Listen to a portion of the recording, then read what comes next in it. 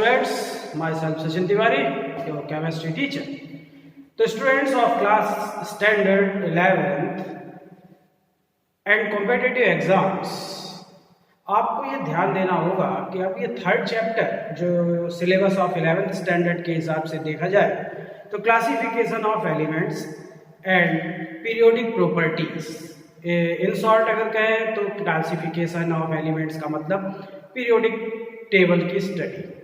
साथ ही साथ बहुत सारी फिजिकल प्रॉपर्टीज होती हैं like atomic radius, atomic size, ionization potential, ionization energy, electron gain enthalpy, electron release enthalpy, electronegativity, percent ionic character and many more. ये सब कुछ सीखने के लिए ये चैप्टर की स्टडी बहुत जरूरी है। अब दिक्कत यह है कि इस चैप्टर को आप दो डायमेंशन में सीखते हैं। एक तो होता है पीरियोडिक टेबल को याद करना और एक होता है उस पीरियोडिक टेबल को याद करने के बाद प्रॉपर्टीज को फॉलो करना। पूरी केमिस्ट्री में, और इनऑर्गेनिक केमिस्ट्री हो, फिजिकल हो, ऑर्गेनिक हो, आप में कैपेबिलिटी ऑफ स्पीक, बोलने की जो ताकत है, क्षमता है, वो तभी आएगी जब आप पीरियोडिक प्रॉपर्टी को प्रॉपरली डिस्कस कर सके या उसको आप समझा सके। तो you should aware about that this is the most important chapter for explanation of the different physical properties related with the different chapters. Okay boys, अब आप अगर ये ध्यान रखते हैं तो अब इसमें सबसे पहला मेरा जो मानना है कि बच्चे, अगर आप पीरियोडिक टेबल पढ़ रहे हैं और आप 21st सेंचुरी में रह रहे हैं और अगर आप, मैं कभी फेवर नहीं करता हूं कि कोड बनाया जाए, पीरियोडिक टेबल को रटा जाए, क्योंकि प्रेजेंस ऑफ माइंड की जरूरत है बच्चे, प्रेजेंस ऑफ माइंड। अब आपको कोई जनरल सी एक्सरसाइज बोला जाए, आपसे बोला जाए कि आप ऐसे पीरियोडिक टेबल को, एलिमेंट्स को बताइए, अब आप कोड वर्ड हलीना हलीना करने लगे या बेटा मांगे कार, ये सब करने लगेंगे, तो ये नॉनसेंस है। I am not supporting it, मैं इसका सपोर्ट नहीं करता। मेरा ये कहना है कि आप टुकड़े में पीरियोडिक टेबल याद करिए, एस ब्लॉक को 2 बार 4 बार 10 बार पढ़िए, लिखिए, धीरे धीरे याद करिए, then P block, then D block और एफ ब्लॉक। अगर आप अभी 11th में नहीं भी कर पाते हैं तो there is not a big loss, आपको कोई लॉस नहीं है, आप 12th में याद कर पाएंगे। आप टुकड़े में याद करिए, साल भर है आपके पास। अभी आप एक साथ सोचे पूरा याद करना है और याद कर सकते हैं। बहुत सारे बच्चे कैलिबर्ड होते हैं, वो बहुत अच्छे से करते हैं, लेकिन कभी भी कोड बना के करना उचित नहीं है। वो जमाना गया, वो हम लोगों का जमाना था जब पीरियोडिक टेबल रट लिया और फिर खूब टाइम होता था उसका यूज़ करने के लिए, लंबे लंबे टाइम मिला करते थे कॉम्पिटिशन्स के एग्जाम के लिए। अब आज के एक में नहीं है। आपसे कोई पूछता है तो आप तुरंत उस एलिमेंट के आना चाहिए आपके दिमाग में, उसके लेफ्ट राइट अप डाउन कौन क्या है आपको मालूम होना चाहिए।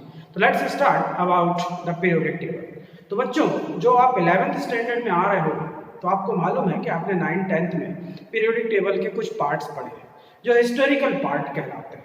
उसमें आपने लूथर मेयर वॉल्यूम का, न्यूलैंड्स लॉ, ऑक्टेव लॉ, है ना, डोवेर्नर्स ट्रायड और फिर मेंडलिव्स ओल्ड पीरियोडिक टेबल जो थी उसके बारे में पढ़ा है।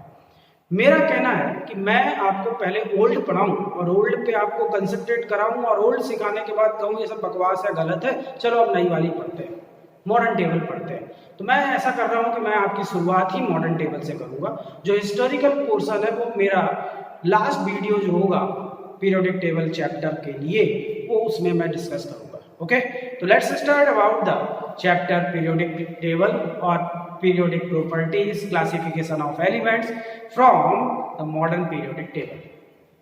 तो मॉडर्न पीरियोडिक टेबल क्या, क्यों जरूरत पड़ा?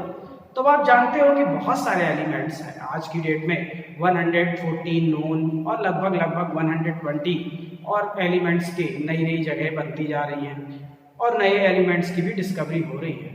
तो बहुत सारे एलिमेंट्स सेम कैरेक्टरिस्टिक दिखाते हैं इन टर्म ऑफ ग्रुप और इन टर्म ऑफ पीरियड।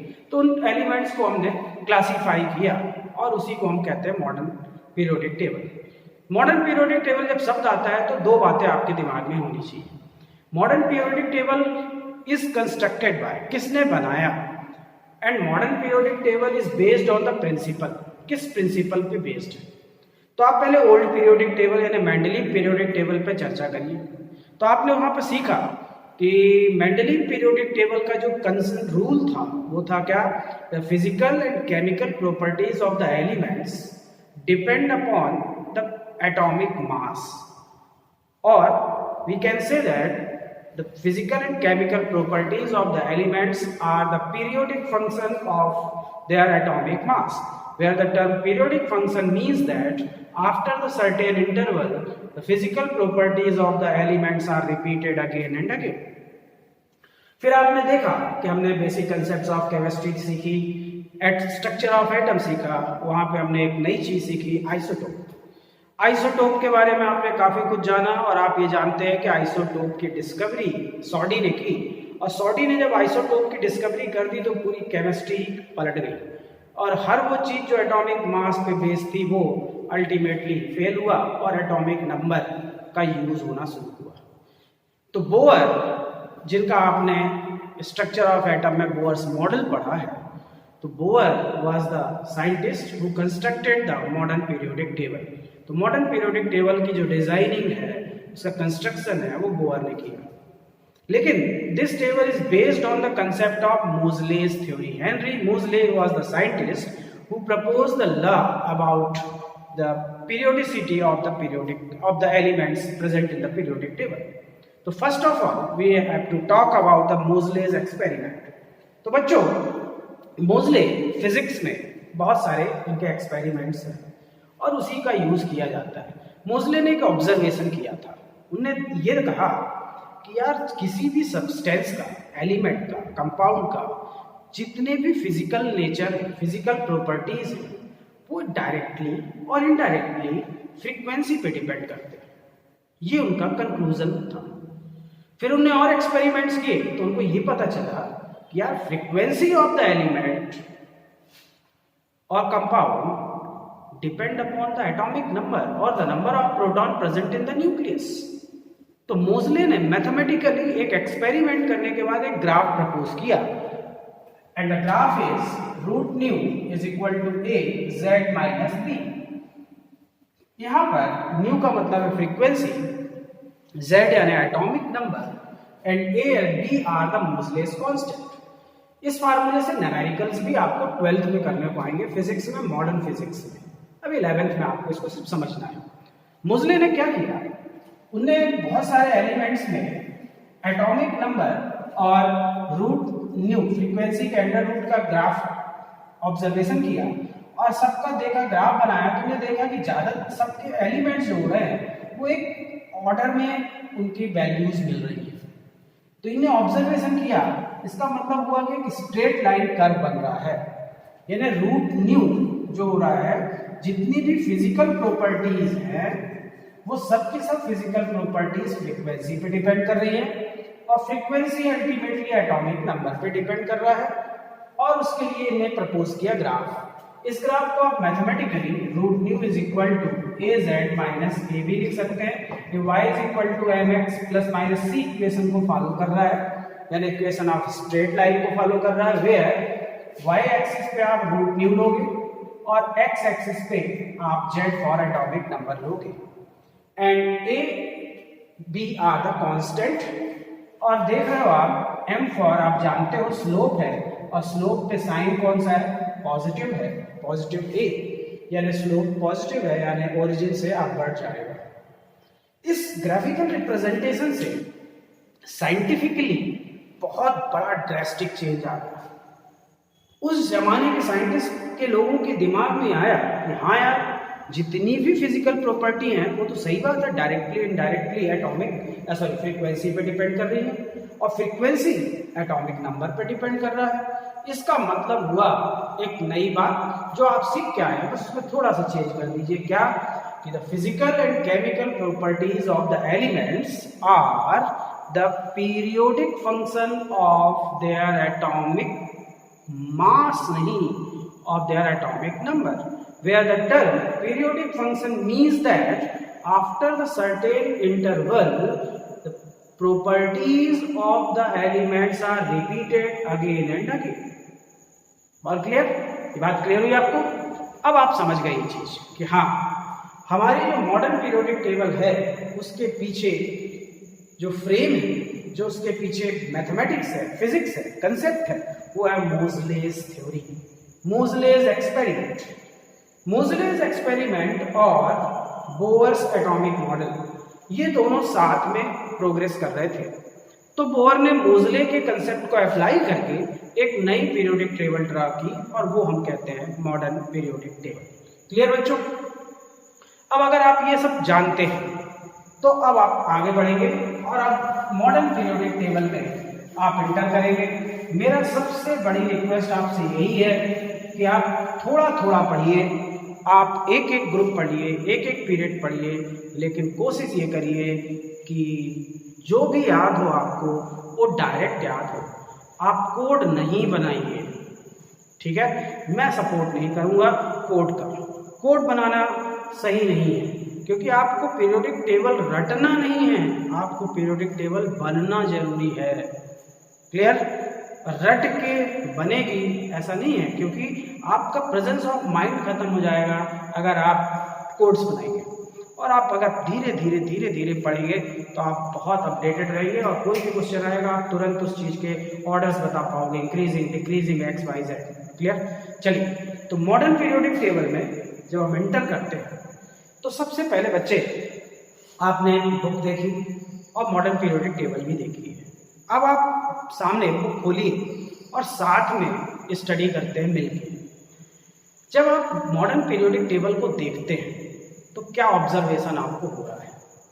तो जनरल बात यह है कि आप जो ओल्ड पीरियोडिक टेबल आपके दिमाग में अगर है तो फर्स्ट ऑफ ऑल उसको आप भूलिए अभी के लिए और मॉडर्न पीरियोडिक टेबल पे ध्यान दीजिए। हुआ ये कि मॉडर्न पीरियोडिक टेबल में जो ग्रुप और पीरियड के अकॉर्डिंग क्लासिफिकेशन हुआ। In modern periodic table there are 18 groups are present.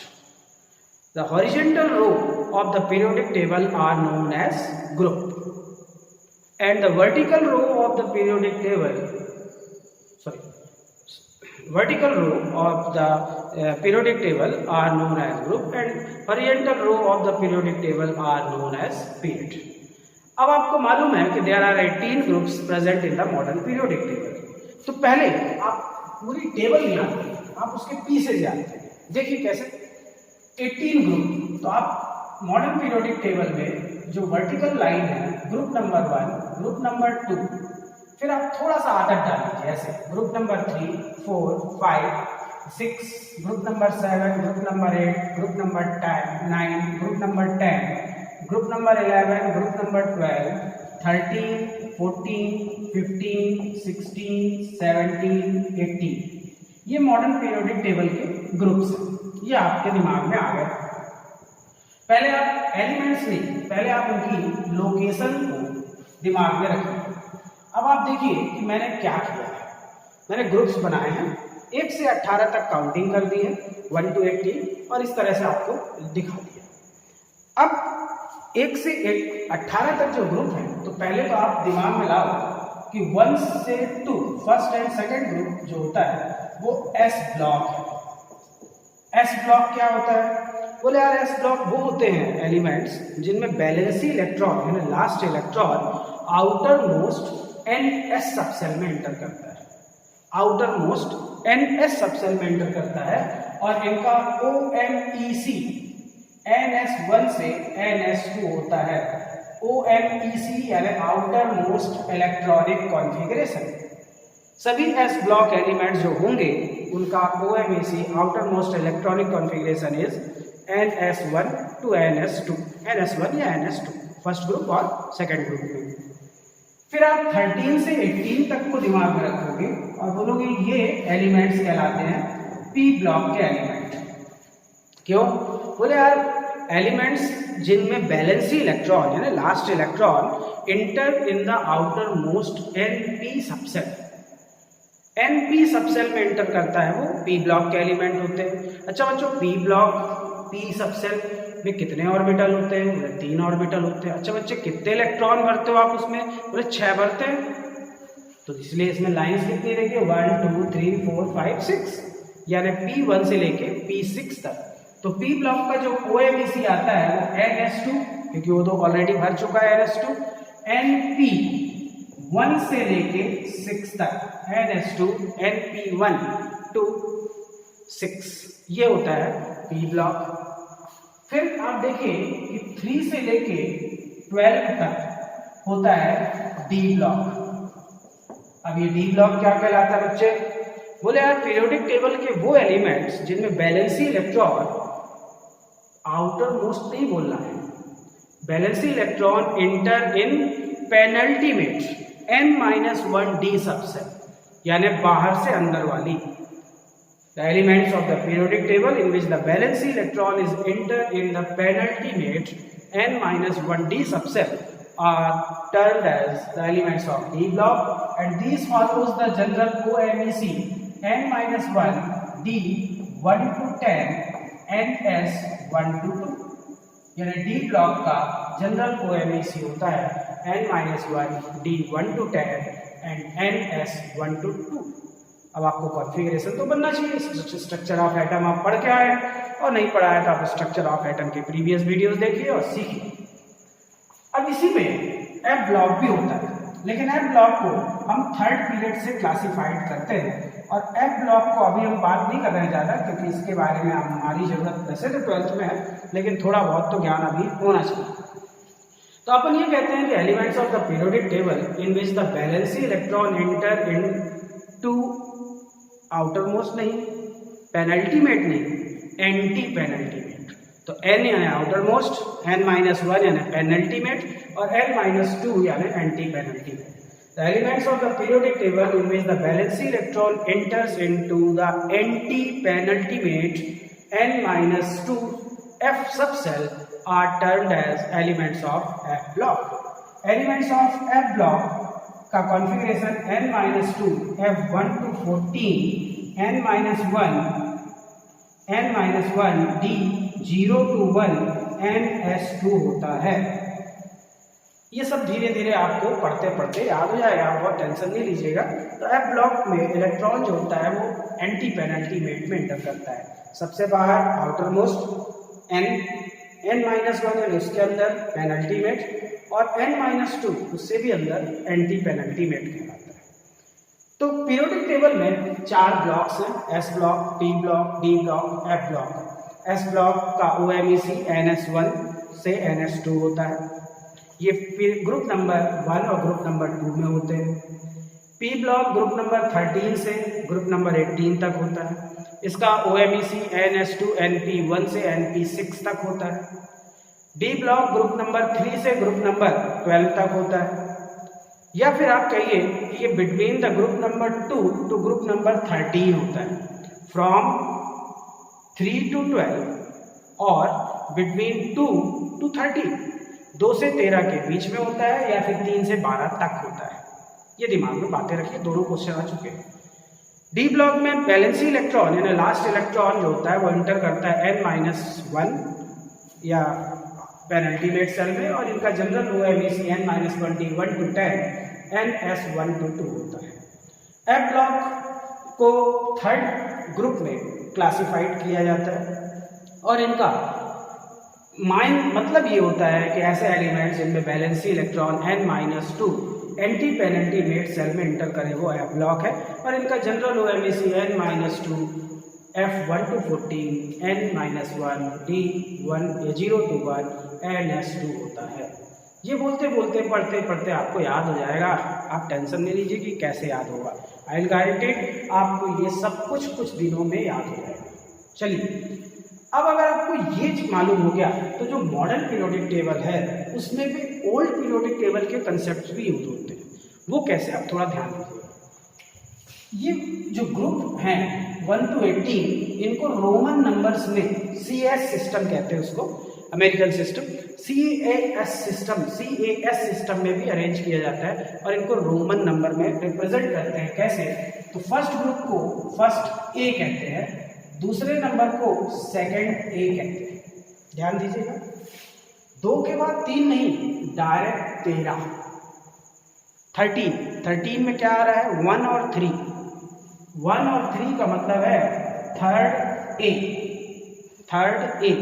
14 का मतलब है फोर्थ ए, 15 का मतलब है फिफ्थ ए, 16 का मतलब है सिक्स्थ ए, 17 का मतलब है सेवेंथ ए, 18 का मतलब है एट्थ ए। ना ना ना ना, वही मेंडलीव टेबल 18 यानी जीरो ग्रुप, यानी इनर्ट गैसेस, इनको कहा जाता है जीरो ग्रुप। अब ये नंबर आपके दिमाग में आए कि 1 को फर्स्ट है, ग्रुप नंबर 2 को सेकंड है, ग्रुप नंबर 13 थर्ड है, 14 4 है, 15 5 है, 16 6 है, 17 7 है एंड 18 जिसमें इनर्ट गैसेस हैं उसको हम जीरो ग्रुप कहते हैं। अब यहाँ ध्यान दीजिए, ये 3 है, थर्ड ए ऑलरेडी हो चुका है तो इसको हम कहते हैं थर्ड बी, बहुत जरूरी बनना। फोर्थ को कहते हैं 4B, 5 को कहते हैं 5B, 6 को कहते हैं 6B, 7 को कहते हैं 7B, 8 को कहते हैं 8B, 9 को कहते हैं 9B। ऐसा नहीं कहते हैं, बस यहाँ पे ध्यान देना, 7 को 7B तक तो ठीक है, लेकिन आपको जानना है कि 7 के आगे गिनती नहीं है, 8 नहीं होता। अरे तो ये 8 9 10 जो ग्रुप हैं उनके एलिमेंट्स का जो पेयर कहलाता है उसको ट्रायड कहते हैं। जो मॉडर्न ट्रायड है वो मॉडर्न पीरियोडिक टेबल में ही प्रेजेंट एलिमेंट कंसीडर किए जाते हैं। वो डोवेर्नल ट्रायड अलग चीज है, उस पर आप ध्यान मत लगाइए। तो इनको एक साथ कहा जाता है एट्थ ग्रुप, ना ए ना बी, एट्थ ग्रुप। क्लियर बच्चे? अब बचा 11 नंबर। तो देखिए आप, फर्स्ट ए है, फर्स्ट बी कहीं नहीं है, तो 11 को कहते हैं फर्स्ट बी और 12 को कहते हैं सेकंड बी। फिर उसके बाद यहाँ देखिए third B, 4B, 5B, 6B, 7B, 8। Group number 8 9 10 are collectively known as triad. तो आप जब मॉडर्न पीरियोडिक टेबल पढ़ते हैं तो एलिमेंट्स को रटना इंपॉर्टेंट नहीं है, वो मैं गारंटी देता हूँ कि with in month, with in 15 days, with in 2 month, किसी को 3 मंथ, ये आपको अपने आप याद हो जाएंगे एलिमेंट्स, क्योंकि यही तो पढ़ना है अपन को पीरियोडिक टेबल, पूरी केमिस्ट्री। आपको पीरियोडिक टेबल का जंक्शन, उसका फ्रेम, उसका क्लासिफाइड फॉर्म बनना जरूरी है, उसके रूल्स बनने जरूरी है। तो मॉडर्न पीरियोडिक टेबल में जो ग्रुप होते हैं वो 18 होते हैं। 18 ग्रुप्स को हम किस तरह से अरेंज करते हैं वो बनना चाहिए। एस ब्लॉक कहाँ फर्स्ट और सेकंड ग्रुप में है, पी ब्लॉक 13 to 18 ग्रुप में है, डी ब्लॉक 3 से 12 नंबर के बीच में है, एफ ब्लॉक को अलग से क्लासिफाइड करते हैं और वो थर्ड ग्रुप में ही क्लासिफाइड किया जाता है अलग से। क्लियर बच्चे? कॉन्फ़िगरेशन, इनके outer most electronic configuration OMEC, you should have to remember it. आपको इसमें ये कॉन्फिडेंस में नहीं रहना है कि नहीं मेरे से बनेगा, आप 2 बार 3 बार इनको पढ़िए और पढ़ने के बाद लिखिए। जो बच्चा जितना ज़्यादा लिखेगा उसका उतना बनने की गारंटी होगी और उतना कम गलत होने के चांसेस होंगे। क्लियर? अब मैं ये मान के चलता हूँ कि आप ग्रुप को क्लियर कर रहे हैं, हाँ समझ रहे हैं। अब इन ग्रुप में भी कुछ लैंग्वेज होती है, वो क्या होती है बच्चे? आप चाहो तो इनको लिख सकते हैं, साथ में नोट्स भी बना सकते हैं। वो ये कि भाई फर्स्ट और सेकंड ग्रुप जो होता है उसको हम एस ब्लॉक कहते हैं, तो फर्स्ट ग्रुप को नाम दे देते हैं और उसको हम कहते हैं क्या है बच्चे? Alkali metal.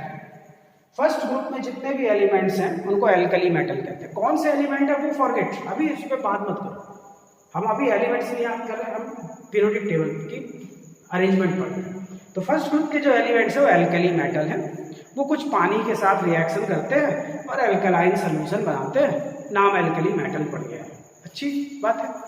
दूसरा जो सेकंड ग्रुप है, सेकंड है, उसको हम कहते हैं एल्कलाइन अर्थ मेटल। ये एल्कलाइन अर्थ मेटल भी बेसिक सोल्यूशन ही बनाते हैं और ये ज़्यादातर मेटलर्जिकल सोर्स या मिनरल्स के थ्रू, अपन मेटलर्जी के थ्रू इनको गेन करते हैं, इसलिए नाम में अर्थ आ गया है। तो एल्कलाइन अर्थ मेटल, जब ये जो याद होता है तो 13 नंबर को बच्चे हम कहते हैं क्या? Boron family. ग्रुप नंबर 13 में जो एलिमेंट्स आएंगे वो कलेक्टिवली कहेंगे बोरॉन फैमिली। ग्रुप नंबर 14 में जो एलिमेंट्स आते हैं उनको हम कहते हैं कार्बन फैमिली। ग्रुप नंबर 15 में जो एलिमेंट आएंगे उनको हम कहेंगे नाइट्रोजन फैमिली। नाइट्रोजन फैमिली को बच्चों हम लोग निकोजेन भी कहते हैं। निकोजेन, ये शब्द कई बार पूछा गया है। निकोजेन, वेयर द निकोजेन जो है निमोक शब्द से लिया गया, PNIMOG, निमोक मीन्स सफोकेटिंग गैस, सफोकेशन, दम घुटना। तो नाइट्रोजन फैमिली में जो एलिमेंट्स हैं वो सफोकेटिंग गैस बनाते हैं, इसलिए उनको कलेक्टिवली निकोजेन कहते हैं। निकोजेन आप याद रखिएगा। ऑक्सीजन फैमिली अगली फैमिली है, और ऑक्सीजन फैमिली में जो एलिमेंट्स होंगे उनको हम चैल्कोजेन भी कहते हैं। चैल्कोजेन का मतलब ओर फॉर्मिंग एलिमेंट्स, ऐसे एलिमेंट जो ओर्स बनाए, मिनरल से मिलता है ओर। और ज्यादातर ओर जो आगे आप सीखेंगे वो ऑक्साइड और सल्फाइड के फॉर्म पे होते हैं, या फिर इनके दोनों कंबाइंड फॉर्म पे होते हैं। तो ऑक्सीजन और सल्फर सबसे ज्यादा ओर्स में मिलते हैं, इसलिए इन एलिमेंट्स को कलेक्टिवली कहा जाता है ओर फॉर्मिंग एलिमेंट, और ओर फॉर्मिंग एलिमेंट को शॉर्ट में कहते हैं चैल्कोजेन। नेक्स्ट 17 ग्रुप में कौन से एलिमेंट्स हैं वो भी आप जानते हैं, हेलोजन। हेलोजन यानी साल्ट प्रोड्यूसर, ऐसे एलिमेंट जो साल्ट बनाते हैं उनको हम कहते हैं हेलोजन। क्लियर। ग्रुप नंबर 18 के जो एलिमेंट्स हैं आप जानते हैं उनको क्या कहते हैं, आप लिख सकते हैं क्या, इनर्ट गैस कहते हैं। क्यों? क्योंकि ये रिएक्शन नहीं करती। क्यों नहीं करती वो सब सीखेंगे। इनको नोबल गैस कहते हैं। क्यों? क्योंकि ये स्पेसिफिक नेचर की होती हैं, एक अपना इंडिविजुअल कैरेक्टरिस्टिक दिखाती हैं। इनको जीरो ऑर्डर गैस कहते हैं। क्यों? क्योंकि कोई बॉन्ड नहीं बनाती हैं। इनको जीरो बैलेंसी गैस कहते हैं। क्यों? क्योंकि इनकी कोई बैलेंस ही नहीं होती है। इनको एरोजन कहते हैं। क्यों? क्योंकि एयर से एक्सट्रैक्ट की जाती है। ये सब नाम होते हैं इनके, है ना। तो आप ये सुनते हैं, समझते हैं, बार बार सुनने को भी मिलेगा कि नोबल गैस, है ना। इनको आप कहेंगे इनर्ट गैस कहेंगे, रियल गैस कहेंगे, zero order gas, zero valency gas, etcetera. जो डी ब्लॉक के एलिमेंट्स होते हैं उनको हम क्या शब्द देते हैं, ये भी आपने काफी सुना है। These are known as transition elements. The elements of D block are known as transition elements because in these elements the valency electron present in the penultimate n-1 D subcell which are unpaired always exchange their position from one to another orbital as well as also exchange their position in excited state to show variable charge and variable oxidation state.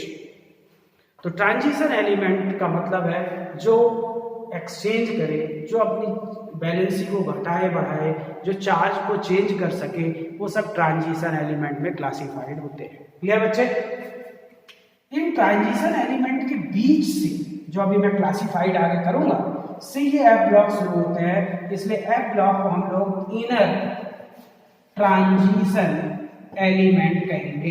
तो elements of F block are known as inner transition elements. तो F block के element inner transition element, D block के element कहलाते हैं क्या, transition element. S block के elements दो class है, पहली एल्कली मेटल, दूसरी alkaline earth metal. P block में 6 क्लास है। पहली फैमिली जो 13 ग्रुप में है वो बोरॉन फैमिली है, बोरॉन से शुरू होता है। दूसरी फैमिली कार्बन से शुरू होती है, कार्बन फैमिली नाम पड़ गया। तीसरी फैमिली नाइट्रोजन से शुरू होती है, उसको नाइट्रोजन फैमिली कहते हैं। इसको हम निकोजेन भी कहते हैं because this produces the suffocating gas, इसलिए इनको निकोजेन, PNICOGEN, निकोजेन भी कहते हैं। ऑक्सीजन फैमिली के एलिमेंट्स को हम चैल्कोजेन कहते हैं, और ग्रुप नंबर 17 में हेलोजन है, और ग्रुप नंबर 18 यानी नोबल गैस या इनर्ट गैस आप जानते हैं।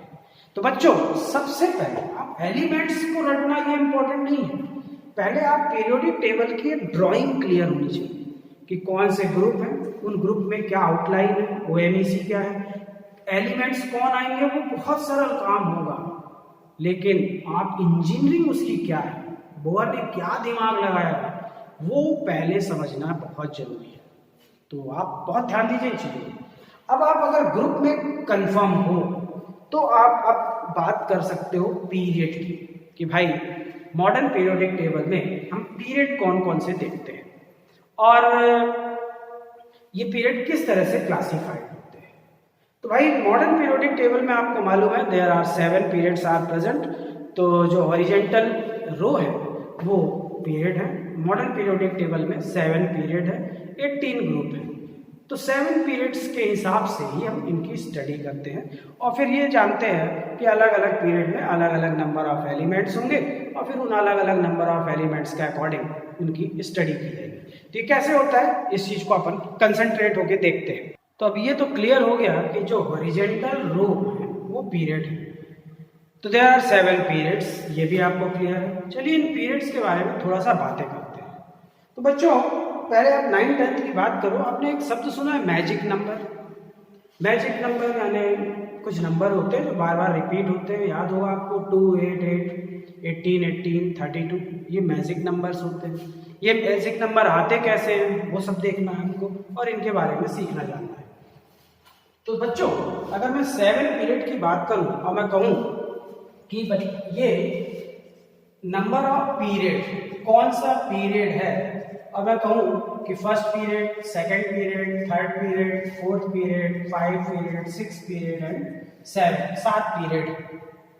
अच्छा इन 7 पीरियड में अगर मैं ये कहूं कि एनर्जी जो होगी तो एनर्जी सेल कौन सी बन जाएगी, तो स्वाभाविक बात है फर्स्ट पीरियड होगा तो फर्स्ट सेल होगी, सेकंड पीरियड में सेकंड सेल होगी। तो हम ये बोलेंगे कि यहां पर एनर्जी सेल कौन सा है, तो बोलेंगे n इज इक्वल टू 1 है, n इज इक्वल टू 2 है, n इज इक्वल टू 3 है, n इज इक्वल टू 4 है, n इज इक्वल टू 5 है, n इज इक्वल टू 6 है और n इज इक्वल टू 7 है। अब आप ये सोचिए अगर आप स्ट्रक्चर ऑफ एटम में एकदम क्लियर है तो कि इस एनर्जी लेवल में अलग अलग सेल में कौन कौन से ऑर्बिटल्स आपको मिलते हैं। तो आप ध्यान दीजिएगा कि भाई ऑर्बिटल बीइंग फिल्ड, कौन से ऑर्बिटल आप भरोगे। तो अगर n इज इक्वल टू 1 होगा तो आप सिर्फ 1s ही भर सकते हो, सिर्फ 1s, क्योंकि 1 n इज इक्वल टू 1 है। अगर n इज इक्वल टू 2 होगा तो आप 2s भी भर सकते हो और 2p भी भर सकते हो। Clear. n is equal to 3 होगा तो आप 3s भर सकते हो और 3p भर सकते हो। n is equal to third shell में है तो 3s और 3p इलेक्ट्रॉन भरते हैं। कॉन्फ़िगरेशन आप बाउस ला याद रखना, बाउला n इज इक्वल टू 4 है तो आप 4s भरते हो, 4p भरते हो और बीच में आप एक और भर देते हो, वो आ जाता है 3d। ये बाउ प्रिंसिपल है एनर्जी लेवल डायग्राम। अगर n इज इक्वल टू 5 होता है तो आप 5s भरते हो, आप 5p भी भरते हो, आप साथ में 4d भी भरते हो। क्लियर है। अगर मैं कहूं कि n इज इक्वल टू अगर 6 है तो अब n इज इक्वल टू 6 अगर ले लिया जाए तो क्या होगा, तो आप बोलोगे 6s तो मैं भरूंगा ही, 6p भी भरूंगा और क्या भरूंगा 6p भरूंगा तो 3d 4d, अब क्या आएगा 5d भी भरूंगा और एक और आ जाएगा नया, वो कौन होगा 3f। पहली इनर ट्रांजिशन सीरीज कहां से शुरू होती है, 6 नंबर पीरियड से। पहली ट्रांजिशन एलिमेंट कहां से शुरू होता है, 4 नंबर पीरियड से। ये सब बातें ध्यान दीजिएगा। n इज इक्वल टू 7 है तो 7s भरूंगा, 7p भी भरूंगा, तो मैं यहाँ पर 6d भरूंगा और यहाँ पे 4f भरूंगा। तो आपको पहले तो ये क्लियर होना चाहिए कि कौन सी सेल है, कौन सा पीरियड है उसमें कौन सी सेल में एनर्जी सेल कौन सी है। फर्स्ट पीरियड में फर्स्ट एनर्जी सेल है, फर्स्ट एनर्जी सेल है तो उसमें मैं कौन से ऑर्बिटल में इलेक्ट्रॉन सब सेल कौन से भरे जाएंगे, 1s भरा जाएगा। 2 नंबर में 2s भरा जाएगा, 3 नंबर में 3s एंड 3p भरा जाएगा, 2s 2p और फिर 3s 3p भरा जाएगा। 4 नंबर होगा तो 4s भरा जाएगा, 3d भरा जाएगा और 4p भरा जाएगा। ये सब बहुत जरूरी है बनना बेचा, यही मैथमेटिक्स है इसकी। 5 में होगा तो 5s 4d और 5p भरा जाएगा। हमारा ट्रांजिशन एलिमेंट शुरू होता है 4th पीरियड से, जबकि इनर ट्रांजिशन एलिमेंट शुरू होता है 6th पीरियड से। ये बहुत जरूरी है दिमाग में रखना। अब आप अगर ये कर पा रहे हो तो आप ये पता करो कि अगर मैं इस तरह का एनर्जी लेवल बनाऊंगा तो किस पीरियड में कितने इलेक्ट्रॉन आएंगे। तो नंबर ऑफ इलेक्ट्रॉन की बात करूं अगर मैं, कितने आएंगे, तो 2s, s की मैक्सिमम कैपेसिटी कितनी होती है, बोले 2, 2s में 2 और 2p में कितने हो सकते हैं, p में मैक्सिमम 6, तो इन दोनों को मिला के 8, 3s 3p में मिला के 8, 4s में 2, 3d में 10, 4p में 6, सम किया तो कितना 18, सेम यहाँ पर 2, 4d में 10, 5p में 6, सम किया तो 18, 6s में कितने भरोगे 2, 3f में कितने भरोगे 14, 5d में कितने भरोगे 10 और p में कितने भरोगे 6, इनका सम कितना आएगा 32। सिमिलरली इसमें भी वही आएगा 2, 14, 10, 6, सम 32।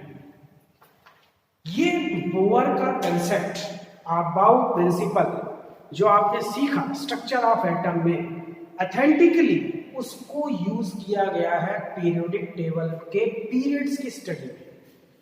पीरियोडिक टेबल के पीरियड्स की स्टडी से ये क्लियर हो रहा है कि number of electron first period में 2 ही आएंगे। इसका मतलब 2 ही एलिमेंट फर्स्ट पीरियड में होंगे, 2 इलेक्ट्रॉन 2 भरने आपको। सेकेंड पीरियड में 8 इलेक्ट्रॉन आ रहे हैं, इसका मतलब 8 एलिमेंट होंगे, 8 से ज्यादा एलिमेंट सेकेंड पीरियड में नहीं है। थर्ड पीरियड में भी 8 आ रहा है ना, थर्ड पीरियड में भी 8 ही एलिमेंट होंगे।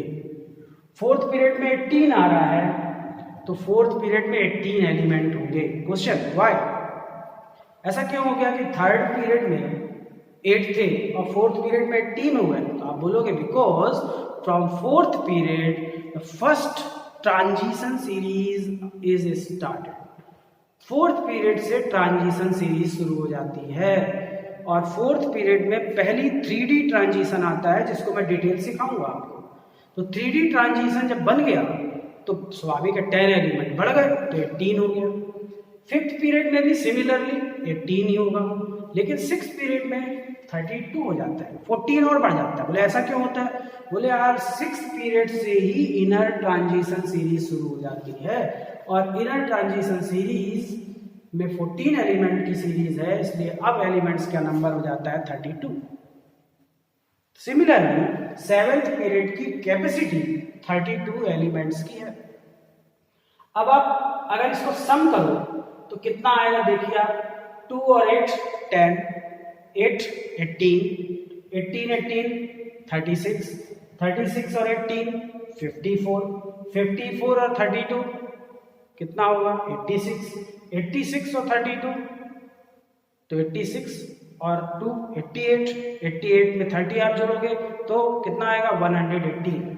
यानी 118 एलिमेंट्स के लिए क्लासिफाइड पोजीशन है। लेकिन इसमें क्या होता है आप देखोगे 3D 40 5D ये जो 60 आपको दिख रहा है ना 6D यानी fourth transition series, D block की फोर्थ सीरीज जिसको हम आगे पढ़ेंगे वो बच्चों इनकम्प्लीट है, वो पूरी नहीं है अभी भी आपके सिलेबस के हिसाब से।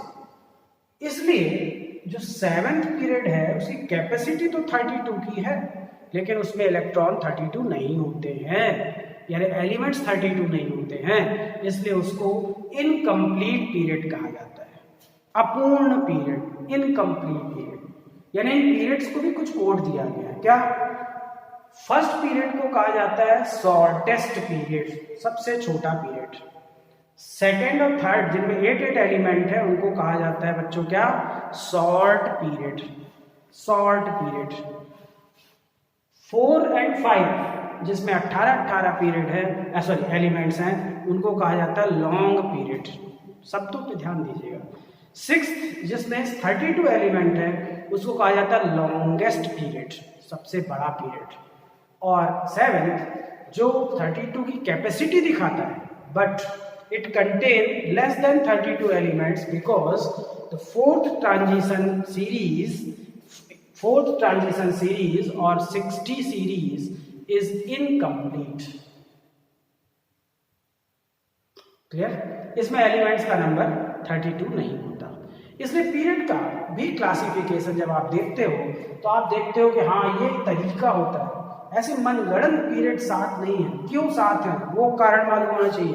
मैजिक नंबर क्यों हम इनको मानते हैं 2, 8, 8, 18, 18, 32? Why these are considered as magic number? क्योंकि इनकी रिपीटिशन होता है, बार बार ये चीज़ें रिपीट होती हैं और इन्हीं के आधार पे आप पूरी क्लासिफिकेशन करते हैं। अब ये तो क्लियर हो गया कि ये पीरियड जो होते हैं इस हिसाब से क्लासिफाइड है और इनको हम बोलते हैं कि ये एलिमेंट्स अरेंजमेंट दिखाएंगे और इन एलिमेंट्स के अरेंजमेंट के आधार पर आप ये बता पाओगे कि कौन से पीरियड में कौन सा ऑर्बिटल भरा जाएगा, कितने मैक्सिमम इलेक्ट्रॉन भरे जाएंगे, कितने ऑर्बिटल खाली रहेंगे, कौन कौन से एलिमेंट आ सकते हैं और कौन से नहीं आ सकते। अब अगर मैं ये बोलूं आपसे कि मुझे ये तो मालूम हो गया कि पीरियड कहाँ से कहाँ तक होगा, लेकिन अगर मैं ये बोलूं कि उसमें एलिमेंट कौन से कौन होगा, कहाँ से कहाँ होगा, तो एलिमेंट्स तो अभी हमें पढ़ने हैं कि हाँ ऐसे होते हैं। फिर भी अगर मैं आपको एक आउटलाइन बोलूं तो मैं ये कहूँगा n = 1, n = 2, n = 3, n = 4, 5, 6 और n = 7। Hydrogen, lithium, sodium, potassium, rubidium, caesium, francium, इनका एटॉमिक नंबर 1, 3, फिर 8 जोड़ दें 11, फिर 8 जोड़ दें 19, फिर 18 जोड़ दें मैजिक नंबर 37, फिर 18 जोड़ दें 55, फिर 87। These are the atomic numbers. First period hydrogen से शुरू होता है और हीलियम तक होता है और इसमें एलिमेंट्स की नंबर 2 ही होता है। क्लियर? सेकंड पीरियड लिथियम से शुरू होता है और नियॉन तक जाता है और इसमें एलिमेंट्स 8 होते हैं। बाकी एलिमेंट्स कौन होंगे वो तो मैं सब सिखाऊंगा ही, लिथियम, फिर बेरिलियम, बोरॉन, कार्बन, तो हम वो चीजें डिस्क्राइब करेंगे कैसे होता है और इनका क्या अरेंजमेंट होता है। सोडियम 11 से शुरू होके ऑर्गन 18 तक जाता है और इसमें भी 8 एलिमेंट होते हैं थर्ड पीरियड में। पोटेशियम 19 से शुरू होता है फोर्थ पीरियड, प्लस इसमें 10 एलिमेंट्स ऑफ डी ब्लॉक आ जाते हैं, potassium, calcium, then after scandium, titanium, vanadium, chromium, manganese, iron, cobalt, nickel, copper, zinc. और फिर 8 एलिमेंट पी ब्लॉक के तो आते ही हैं और ये आर्गन क्रिप्टॉन 36 तक जाता है और इसमें 18 एलिमेंट्स होते हैं। ये फिफ्थ नंबर में रुबिडियम 37 से होता है, 10 एलिमेंट्स ऑफ डी ब्लॉक होते हैं और 8 एलिमेंट्स ऑफ पी ब्लॉक होते हैं और ये जेनॉन 54 तक जाता है और इसमें भी 18 एलिमेंट होते हैं। पीरियड नंबर 6 में सीजियम 55 से शुरू होता है, 10 एलिमेंट्स ऑफ डी ब्लॉक होते हैं but 14 elements of F block इसमें आ जाते हैं। First inner transition series 6 period से शुरू हो जाती है और फर्स्ट इनर ट्रांजिशन सीरीज जिसको हम लेंथेनाइट कहते हैं वो 6 पीरियड से आ जाती है, इससे 14 एलिमेंट बढ़ जाते हैं। फिर 8 एलिमेंट पी ब्लॉक के होते हैं और ये रेडॉन 86 तक जाता है और इसमें 32 एलिमेंट होते हैं। ठीक है, अब इनर्ट गैस में आप देखिए helium, neon, argon, krypton, xenon, radon. अगली इनर्ट गैस अभी आपके लिए तो अननोन है, आपके लिए अननोन है। तो इसका मतलब हुआ कि अब मैं अगर इसको क्लासिफाई करूं helium, neon, argon, krypton, xenon, radon, अब फ्रांसियम 10 एलिमेंट्स, 14 एलिमेंट्स और आगे, तो इसमें क्या होता है पूरे एलिमेंट्स का क्लासिफिकेशन नहीं हो पाता। डी ब्लॉक अभी इसमें इनकम्प्लीट है, एफ ब्लॉक कंप्लीट है और लास्ट इनर्ट गैस के बारे में अभी डिस्कवरी जारी है आपके हिसाब से, आपके सिलेबस के हिसाब से। तो helium, neon, argon, krypton, xenon, radon ये तो आप सब जानते ही हैं और इस पीरियड को हम कह देते हैं कि भैया ये पूरा नहीं है, इसलिए मैं इसको बोल देता हूं कि ये इनकम्प्लीट है, अधूरा है, अपूर्ण है। तो ये पीरियड का क्लासिफिकेशन हुआ कि मॉडर्न पीरियोडिक टेबल में हम ग्रुप और पीरियड पहले इनको क्लासिफाई करें। अपने दिमाग में एक पिक्चर ड्रॉ कर लें कि हमारी पीरियोडिक टेबल जो होती है उसमें पीरियड और ग्रुप कैसे क्लासिफाई होते हैं। जब ये बातें आपको क्लियर होती हैं और इस पे आप कंफर्म हो जाते हो तो फिर आपको कुछ भी पढ़ाना सरल है। लेकिन बस ये ध्यान रखिए कि मेरा जो एक्सपीरियंस है, मैंने देखा है जो जितने भी आज तक बच्चे पढ़ने आए 20-22 सालों में मैंने किसी भी जीनियस इंटेलिजेंट बच्चे को जो आईआईटी क्वालिफाई कर गया हो, नीट क्वालिफाई किया हो, डॉक्टर बना हो या उससे बहुत आगे गया हो, उन्होंने कभी भी पीरियोडिक टेबल को कोड वोड बना के नहीं रट्टा मारा है।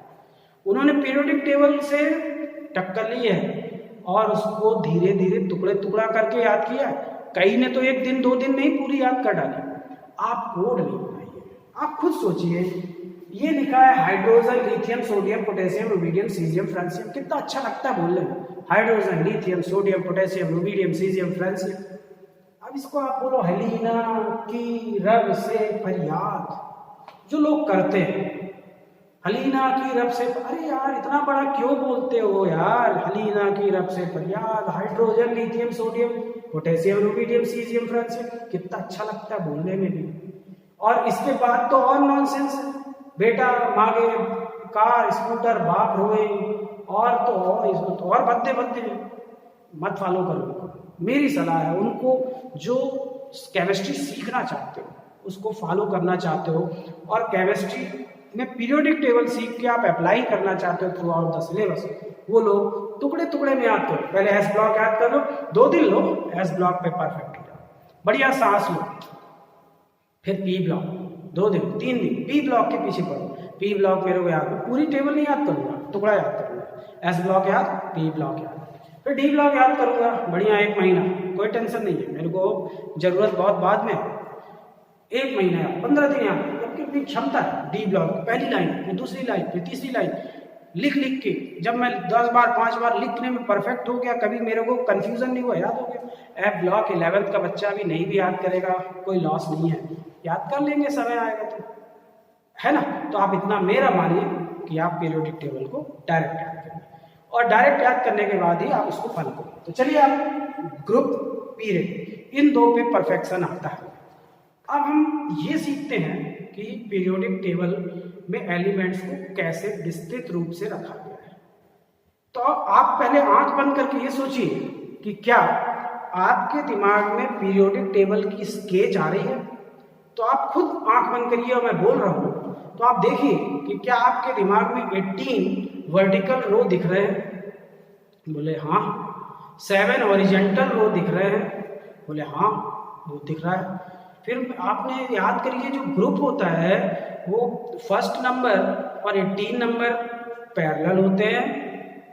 फिर ग्रुप नंबर 2 में आप देखोगे तो अरेंजमेंट में पी ब्लॉक का कहाँ से शुरुआत हुई है आप देखोगे तो फर्स्ट पीरियड में 2 ही एलिमेंट है, सेकंड में 8 है, थर्ड में 8 है।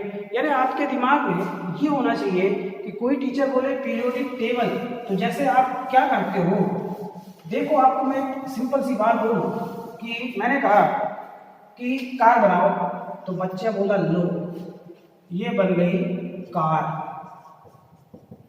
ये बन गई कार, ये आउटलाइन फिगर बना दिया। अच्छा पीरियोडिक टेबल बनाओ, बोले ये देखो पीरियोडिक टेबल मैं बना रहा हूं, ये देखो पीरियोडिक टेबल बन गई, ये पीरियोडिक टेबल बन रही है, ये दिमाग में आउटलाइन है। बोले हाँ यार इस तरह से होता है पीरियोडिक टेबल, है ना, ये पीरियोडिक टेबल। फिर चाहो तो आप बोले यार इसके 10 1 2 3 4 5 6 7 8 9 10, इसमें 1 2 3 4 5 6, फिर इसमें क्लासिफाइड फॉर्म अलग अलग, यानी एक आउटलाइन। फिर है ब्लॉक कहाँ है वो देखिए, ये जो आउटलाइन दिख रही है फिगर कहाँ होगा वो बनना चाहिए, और इसी को हम डिस्कस करेंगे अब next video, second part of the periodic table. तो बच्चों आप सबसे पहले आपके लिए काम है कि आप S block, P block, D block और एफ ब्लॉक में से अभी एफ ब्लॉक नहीं भी याद कर पाते हो तो कोई इशू नहीं है, आप इनको याद करो। याद करना बहुत सरल है, सुनने में भी अच्छा लगता है कि अगर मैं बोलूँ एस ब्लॉक तो बोले हाइड्रोजन लिथियम, पहली line alkali metal, hydrogen lithium sodium potassium rubidium caesium francium. बोले दूसरी लाइन एल्कलाइन अर्थ मेटल, बोले beryllium magnesium calcium strontium barium radium. बोले बोरॉन फैमिली, फर्स्ट 30 ब्लॉक की पहली line boron family, boron aluminium gallium indium thallium. Carbon family बोले carbon, silicon, germanium, tin, lead. Nitrogen family बोले nitrogen, phosphorus, arsenic, antimony, bismuth. अगला बोले यार halogen, fluorine, chlorine. Oxygen family oxygen, sulphur, selenium, tellurium, polonium. कितना अच्छा लगता है सुनने में, कोड वोड ही अच्छा लगेगा। Halogen, fluorine, chlorine, bromine, iodine, astatine. Inert gas helium, neon, argon, krypton, xenon, radon. ये याद हो जाए। बोले 3D सीरीज सुनाओ। डी ब्लॉक की पहली बोले scandium, titanium, vanadium, chromium, manganese, iron, cobalt, nickel, copper, zinc. बोले अगली सुनाओ। बोले yttrium, zirconium, niobium, molybdenum, technetium, ruthenium, rhodium, palladium, silver, cadmium. अच्छा अगली भी सुना दो। बोले अगली है lanthanum, hafnium, tantalum, tungsten, rhenium, osmium, iridium, platinum, gold, mercury. Similarly आप आगे बढ़ते जाओगे, एफ ब्लॉक भी आप सुनाओगे। अब यहाँ पर मैं ये बोल रहा हूँ कि आपको मैंने इसलिए सुनाया कुछ एलिमेंट्स सुनने में अच्छा लगता है, इसका कोड वोड बनाने का कोई मतलब नहीं है। ठीक है, तो मिलते हैं फिर नेक्स्ट वीडियो में, और नेक्स्ट क्लास में हम पढ़ेंगे पीरियोडिक टेबल में एलिमेंट्स का अरेंजमेंट। उसके बाद हम IUPAC नोमेनक्लेचर ऑफ एलिमेंट्स कैसे होता है इसकी स्टडी करेंगे, और फिर पीरियोडिक टेबल की हम टुकड़े में तोड़ के अलग अलग ब्लॉक क्यों हैं, उनकी क्या फीचर्स हैं, प्रॉपर्टी हैं, उनके बारे में स्टडी करेंगे। तो आज के लिए इतना ही। Thanks a lot, thank you.